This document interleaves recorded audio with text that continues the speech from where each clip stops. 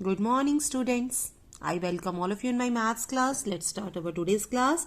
In this class, we are going to revise unit number 8, quadrilaterals. तो students अब आप ध्यान से सुनेंगे जो आपने अभी रिसेंटली चैप्टर कंप्लीट किया है क्वाड्रिलेटरल। आज हम उसकी रिवीजन करने वाले हैं और हम सारे वो कॉन्सेप्ट इसमें दोबारा से कवर करेंगे जो हमने इस पूरे चैप्टर में यूज करे हैं।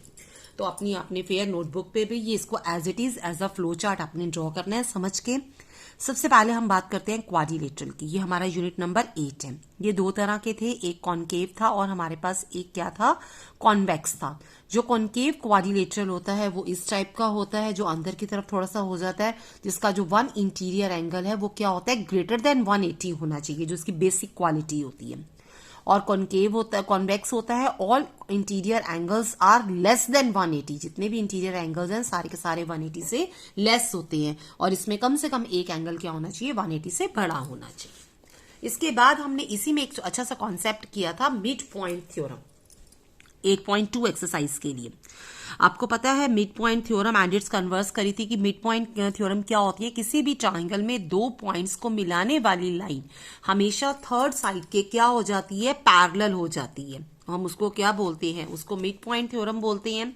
तो हमारे पास रिजल्ट हो जाता है जैसे ये दोनों लाइंस इसको आपस में इसको मिड पॉइंट्स ज्वाइन कर रहे हैं डी और ई, तो डीई पैरेलल हो जाएगी बीसी के और DE is equal to half BC.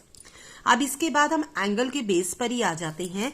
तो बेसिक टर्म्स ऑफ क्वाड्रिलेटरल्स में हमने कौन कौन सी टर्म्स हम बार बार यूज कर रहे होते हैं। एक हम यूज करते हैं इसमें adjacent sides, opposite sides, consecutive angles, sides, opposite angles, ये वर्ड हम बार बार यूज कर रहे होते हैं। अब आप इस क्वाड्रिलेटरल में देखेंगे कि हम ऐसे कौन कौन से वर्ड्स हैं और उनका मीनिंग क्या होता है।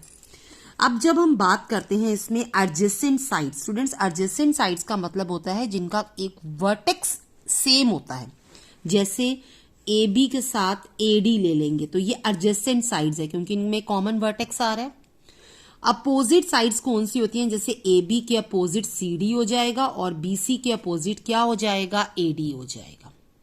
अपोजिट एंगल्स कौन से होते हैं, जैसे ए के अपोजिट सी आ जाएगा और बी के अपोजिट कौन सा एंगल आ जाएगा, डी आ जाएगा।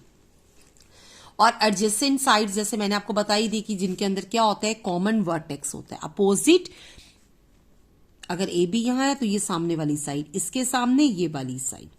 और हमने इसमें कौन सा वर्ड यूज किया, अपोजिट एंगल्स भी मैंने बता दिए। कॉन्जिक्यूटिव साइड्स होती हैं जो लगातार होती हैं। कॉन्जिक्यूटिव साइड्स कौन सी होती हैं, जो लगातार, जैसे ए बी ले ली हमने और हमने ए बी के बाद ए बी, जैसे हमने कॉन्जिक्यूटिव, हम मोस्टली हम एंगल्स के लिए वर्ड यूज करते हैं स्टूडेंट। जैसे हमने ए, जैसे हमारे पास ये क्वाड्रिलेटरल है, ए एंगल ले लिया, ए के बाद बी, बी के बाद सी, लगातार ए के बाद बी, बी के बाद सी, तो ये क्या हो जाता है, कॉन्जिक्यूटिव एंगल्स।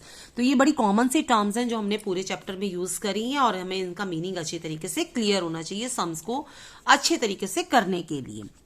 अब एंगल सम प्रॉपर्टी, इस पे तो हम एक्टिविटी भी कर चुके हैं कि किसी भी कोई भी तरह का क्वाड्रिलेटरल हो, चाहे वो कॉन्वेक्स हो चाहे वो कॉनकेव हो, हमेशा चारों एंगल्स का सम क्या रहेगा, 360 रहेगा। Angle A plus B plus C plus D, चाहे ये क्वाड्रिलेटरल इस तरह का ही क्यों ना बने, इसमें भी इन चारों एंगल्स का सम स्टूडेंट्स क्या रहेगा, 360 रहेगा। टाइप्स ऑफ क्वाड्रिलेटरल हमने इसमें कौन कौन से पढ़े हैं इस पूरे चैप्टर के अंदर, हमने पढ़े हैं parallelogram, trapezium, kite, square, rectangle, rhombus, और हमने मोस्ट इंपॉर्टेंट जो किया है वो किया प्रॉपर्टीज ऑफ पैरेललोग्राम। तो ये सारी प्रॉपर्टीज आपने अच्छी तरीके से एक्सप्लेन करके लिखनी है। Parallelogram in which opposite pairs parallel and equal, trapezium in which one pair is parallel, kite adjacent sides are equal, ये वाली साइड इसके इक्वल और ये वाली साइड इसके, square all the four sides are equal, each angle is 90 degree and diagonals are equal, rectangle opposite sides are equal and parallel and each angle is 90 degree, rhombus in which all the four sides are equal and diagonals are not equal। Students यहां बड़े ध्यान से सुनना मुझे, square और rhombus में सिर्फ एक ही डिफरेंस होता है, जब हम स्क्वायर बनाते हैं तो इसके डायगोनल्स इक्वल होते हैं, जब हम रोम्बस बनाते हैं तो इसके डायगोनल्स नॉट इक्वल होते हैं। स्केयर्स में D1 is equal to D2, दोनों डायगनल्स इक्वल होंगे, लेकिन रोम्बस के अंदर लेंथ ऑफ डायगनल्स इक्वल नहीं होती। सिर्फ यही डिफरेंस होता है स्क्वायर एंड रोम्बस के अंदर। तो एक बार मैं आपको दोबारा दिखा देती हूँ, आप यहां से देखेंगे मैंने क्या क्या करवाया आपको। सबसे पहले हम इसमें बात करेंगे क्वाड्रिलेटरल्स की। दो टाइप की होते हैं, कॉनकेव एंड कॉन्वेक्स, और हमने इसमें सबसे इंपॉर्टेंट थ्योरम करी है converse theorem and it's converse.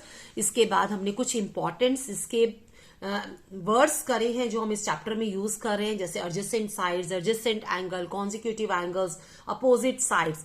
और फिर इसमें हमने एंगल सम प्रॉपर्टी करी है, the sum of all the four angle is 360 degree. और सबसे लास्ट में हमने किया था टाइप्स ऑफ क्वाड्रिलेटरल्स की, क्वाड्रिलेटरल्स की टाइप्स कौन कौन सी होती है। Any four sided figure is known as quadrilateral. तो यहाँ कुछ स्पेशल टाइप्स डिस्कस करिए, parallelogram, trapezium, kite, square, rectangle and rhombus. तो आपने इनकी प्रॉपर्टीज भी बहुत अच्छे तरीके से लर्न करनी है। Thanks, have a nice day.